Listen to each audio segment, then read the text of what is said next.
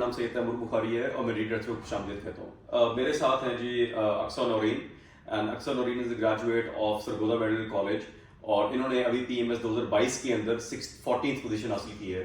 और अब चलते हैं अक्सा के पास और उनसे पूछते हैं कि उनका ये एक्सपीरियंस कैसा रहा। तो Aqsa, how are you feeling, कैसा फील कर रही हैं? Sir right now I am feeling so happy and grateful और अल्लाह ताला का शुक्र अदा करती हूँ, पेरेंट्स का और मेरे भाइयों का जिन्होंने इतना साथ दिया। उसके बाद आपका बहुत इंपॉर्टेंट रोल रहा है मेरी जर्नी में। अच्छा, मैं एक बात बता दूं अक्सा के बारे में कि अक्सा ने इस साल CSS 2023 भी क्वालिफाई किया और PMS 2022 भी क्वालिफाई किया। अच्छा, अक्सा की कहानी जो है थोड़ी डिफरेंट है। इन्होंने गाइडेंस तो ली लेकिन ये आई नहीं, ना इन्होंने ऑनलाइन तैयारी की ना इन्होंने ऑन कैंपस की। इन्होंने गाइडेंस ली और इन्होंने खुद बैठ के अपने घर में बैठकर तैयारी की और तमाम लोगों से कता तालगी करके तैयारी की।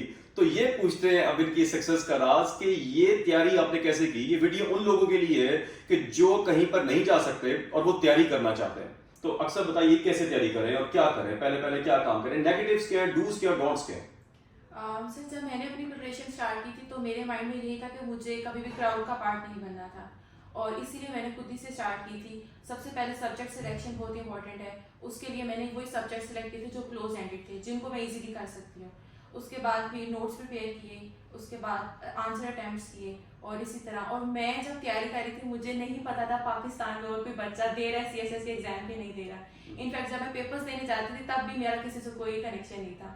तो मुझे लगता है यही वजह है कि मैंने कोई नेगेटिविटी नहीं ली और मैं बस एक डायरेक्शन में लगी रही हूँ। अच्छा अक्सर जब रिटन का रिजल्ट आया था और PMS का और सीट्स का बड़ा चर्चा था कि सीटें बड़ी कम है, मैं हर किसी से क्वेश्चन इसलिए पूछ रहा हूँ कि लोग नेगेटिविटी कैसे आपके अंदर फैलाते हैं, आपके अंदर इन्फ्यूज करने की कोशिश करते हैं कि विदाउट एनी रीजन कोई एक रैंडम बंदा आएगा और कहेगा आपने CSS PMS का रिटन क्वालिफाई किया और आपको सिर्फ 24 सीटें हैं। तो ऐसे लोगों से कैसे डील किया आपने? भी कहा था 24 सीटें, आपने जो है मुझे पूछा, तो क्या जवाब देना चाहिए और कैसे इनको डील कैसे करना चाहिए?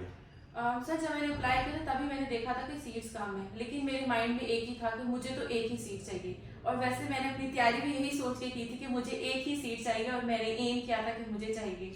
अच्छा, अब आते हैं आपके PMS के सब्जेक्ट्स की तरफ। आपके PMS सब्जेक्ट्स क्या थे? सर पॉलिटिकल साइंस, पंजाबी और फिलोसफी। अच्छा, मुझे ये बताइए कि PMS के अंदर और CSS के पेपरों के अंदर क्या डिफरेंस नजर आया आपको? जो है ना, दोनों क्वालिफाई किए हुए हैं, इस साल क्वालिफाई किए हुए हैं, चलो you will do really good in CSS as well.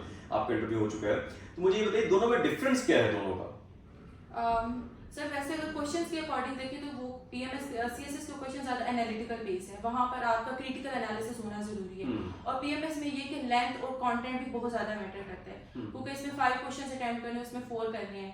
तो PMS में लेंथ और कंटेंट आता है, लेकिन CSS में आई थिंक क्रिटिकल एनालिसिस का होना बहुत ज़्यादा जरूरी है। और जीके जो है वो सबसे बड़ी बॉटलनेक है PMS के लिए। उसकी तैयारी कैसे की आपने, कैसा उसको पाया, कितना डिफिकल्ट लगा आपको उसकी तैयारी करते हुए? सर जीके तो मुझे बहुत ज़्यादा डिफिकल्ट लगा था और सिर्फ जीके को पास करने के लिए मैंने जो 1 पेपर टेस्ट होते हैं 3, सिर्फ वो मैंने दिए थे ताकि मैं उस प्रोसेस से निकल सकूं, उस एग्जाम में बैठ के मैं सुपरवाइज कर सकूं मुझे क्या करना है और क्या नहीं करना।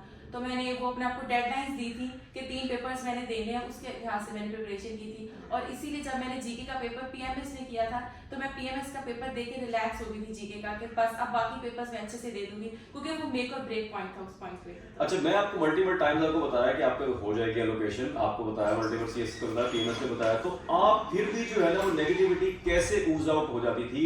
लोग फिर भी क्या कहते रहते थे आपको, ये बताइए। सर पहले तो मेरा कोई कनेक्शन नहीं था। जब मैं यहाँ पर आई तो वैसे कॉन्फिडेंस था, लेकिन शुरू में डायरेक्शन नहीं थी। जब डायरेक्शन मिली तो आपने ये कहा कि मेहनत करो और जजमेंट मुझ पर छोड़ दो।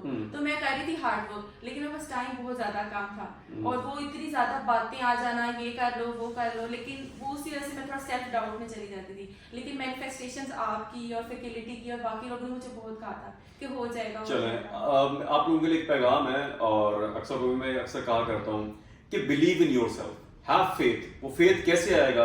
जब अपने रब पे भरोसा कर लेंगे ना तो आपको अपने ऊपर भी फेथ आ जाएगा, सुकून से सो जाएंगे। जब भी आपको लगे कि जिंदगी बहुत मुश्किल हो गई है, चीजें नहीं हो रही, ये क्या हो गया, वो क्या हो गया, को होंगे नहीं होंगे, लोग नेगेटिविटी फैला रहे होते हैं, रब पर यकीन कीजिए और अगर नींद आ रही है तो जाके सो जाइए। आप उठेंगे तो एक नई सुबह होगी। Thank you very much. Allah Hafiz.